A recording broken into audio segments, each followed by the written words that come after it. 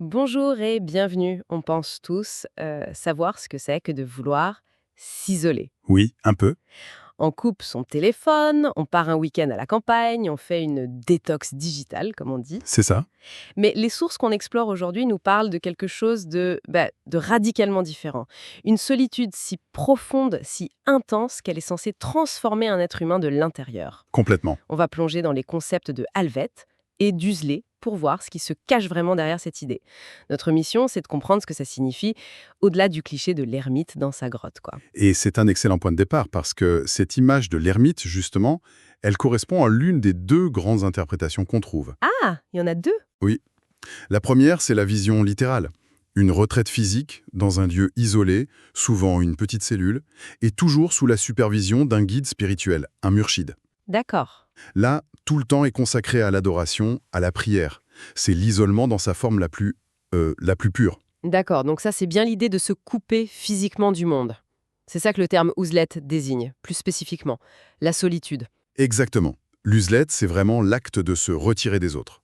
Mais là où ça devient vraiment profond, c'est avec la seconde interprétation, Hmm. qui est beaucoup plus métaphorique.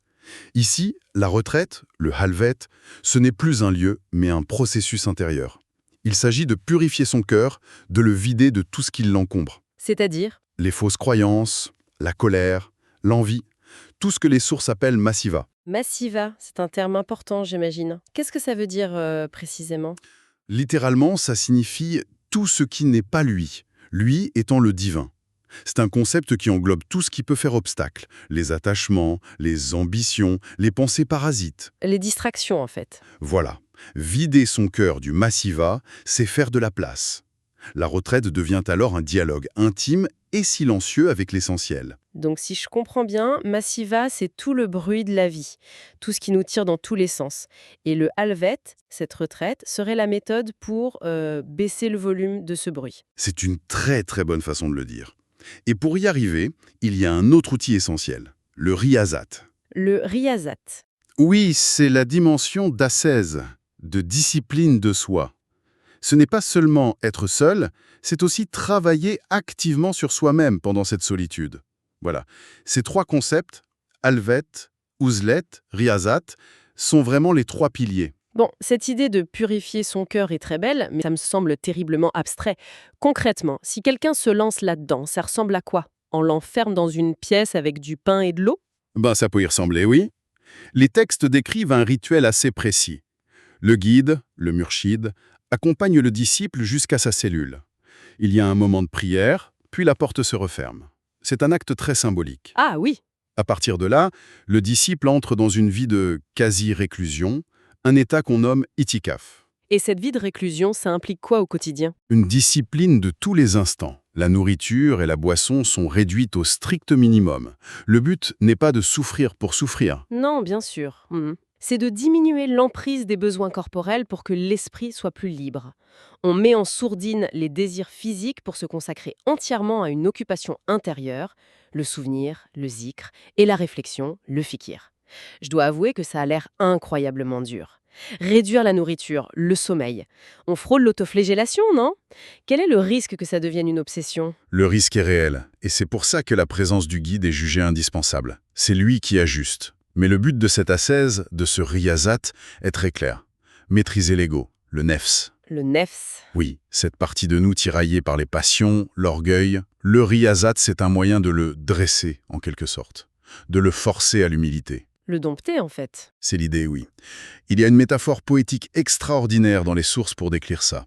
On nous dit qu'il faut devenir comme la terre pour que les roses puissent y pousser. Ah, si beau. Un vers le dit ainsi: deviens terre, car seule la terre peut accueillir la rose. C'est une image d'une humilité totale, d'un anéantissement de l'orgueil, pour devenir un terrain fertile. Waouh, c'est une image puissante. Il ne s'agit pas de se détruire, mais de se transformer. Et après une telle épreuve, parce que ça reste une épreuve, notamment la pratique des 40 jours, l'herban, quels sont les résultats? Est-ce que tout le monde en ressort illuminé? Pas forcément de la même manière. Les fruits varient énormément. Pour certains, ça mène à une haute moralité, un raffinement de leur caractère. D'accord. Pour d'autres, ça allume un feu, une quête perpétuelle de proximité avec le divin, un désir qui ne les quitte plus. Donc ce n'est pas une destination, mais plutôt le début d'un autre voyage. Pour beaucoup, oui. Et pour une minorité, la transformation est si radicale qu'on la compare à une renaissance.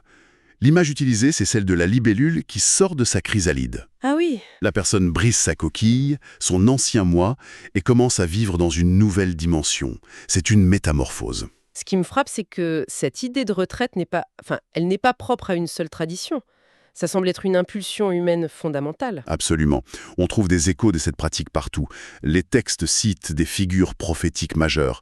La retraite d'Abraham, les fameuses périodes de 40 jours de Moïse, Oui, sur le mont Sinaï. l'ascèse de Jésus dans le désert, et bien sûr les retraites du prophète Mohammed dans la grotte de Hira.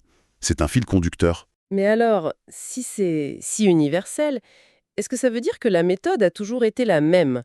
Une sorte de recette taille unique? C'est une excellente question. Et la réponse des sources est un non catégorique. C'est une nuance cruciale.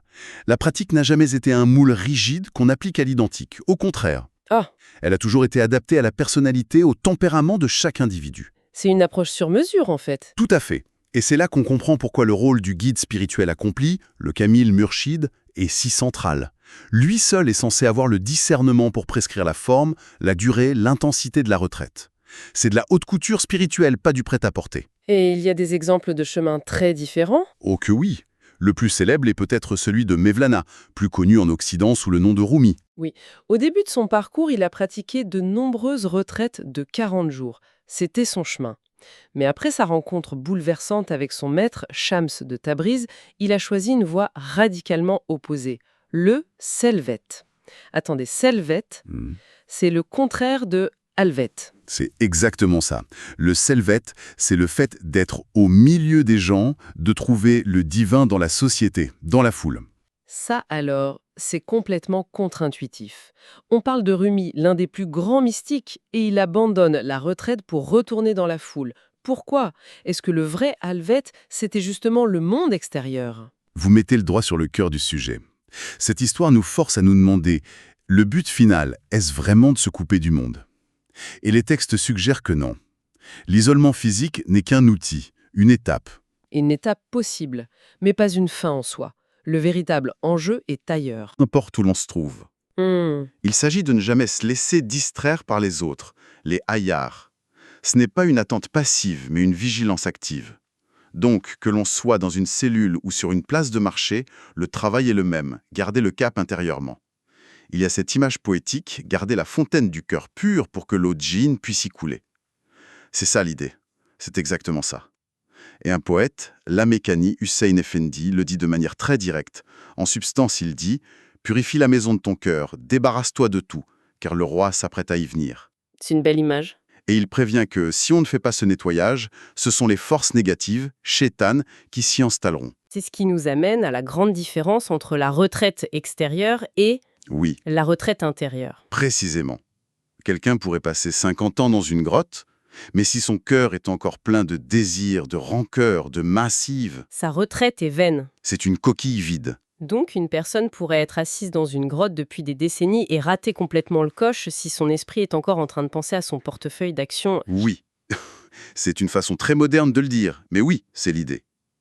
À l'inverse, une personne peut être en plein cœur du quinzret, la multiplicité, le bruit du monde, Oui. mais si elle maintient intérieurement cet état d'unité avec le divin, le vide, alors cette personne est en véritable alvet. Sa solitude est intérieure. Son sanctuaire est portable. C'est un peu la méthode Marie Kondo, mais pour l'âme. On ne garde que ce qui scintille de joie divine. C'est une image très parlante, j'aime beaucoup cette analogie. Elle est très juste.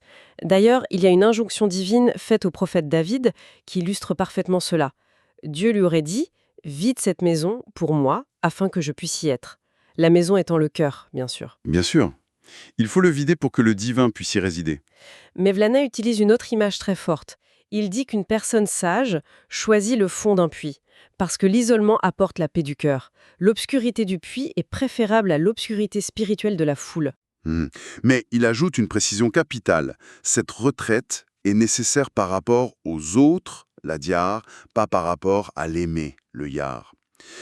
Il compare ça à un manteau de fourrure, utile en hiver, mais inutile au printemps. L'isolement est un remède, pas un état permanent. C'est une synthèse parfaite. Et ça nous amène à la forme la plus élevée de la retraite, qui ne consiste pas du tout en un retrait du monde. Elle est décrite par une métaphore géométrique très élégante, celle du compas. Un compas? Comment ça? Imaginez un compas. Une de ses pointes est fixée, immobile, au centre. L'autre pointe bouge, elle voyage, elle trace le cercle. L'autre pointe se déplace librement dans le monde des hommes, le nasut. D'accord, donc un pied est ancré, immuable, dans le spirituel, tandis que l'autre est dehors, dans la vie de tous les jours, en train de travailler, d'interagir. C'est un sacré numéro d'équilibriste, c'est le fameux être dans le monde sans être du monde, c'est l'incarnation même de ce principe, c'est la retraite des prophètes, des grands sages. Et il y a un dialogue rapporté entre Dieu et David et qui est très éclairant là-dessus. Dieu demande à David: Pourquoi t'isoles-tu ainsi du peuple? Et David, en bon ascète, répond logiquement: Je les quitte pour toi, ô Seigneur. C'est une réponse pleine de dévotion. Mais la réponse divine est encore plus riche. Dieu lui dit: Ô David, sois toujours vigilant et ne te sépare pas de tes frères, mais prends soin de t'éloigner de ceux dont l'amitié ne te convient pas. Ah, la nuance est de taille. Il ne lui dit pas: Retourne voir tout le monde sans distinction. Non, et c'est la clé. Le but n'est pas de fuir l'humanité, ni de s'y noyer. Le but est de préserver un cœur entièrement tourné vers le divin, même au sein des interactions sociales. Il faut du discernement, choisir ses fréquentations, quoi. C'est une invitation à être sélectif sur ce qu'on laisse entrer dans son jardin intérieur. Voilà. Donc, pour synthétiser ce voyage, on est parti de l'idée d'une cellule sombre et on arrive à une sorte de vigilance lumineuse au cœur du monde. La leçon principale, c'est que la véritable retraite, le halvet ultime, est un état intérieur. C'est une purification du cœur qui vaut bien plus que le simple fait de s'isoler. Absolument. Et ça nous laisse avec une question finale, une pensée pour la route. Dans notre société contemporaine, qui est l'antithèse même de la retraite. L'hyperconnexion, le bruit constant. Exactement. Les notifications, les distractions infinies, à quoi pourrait bien ressembler une forme moderne de halvet?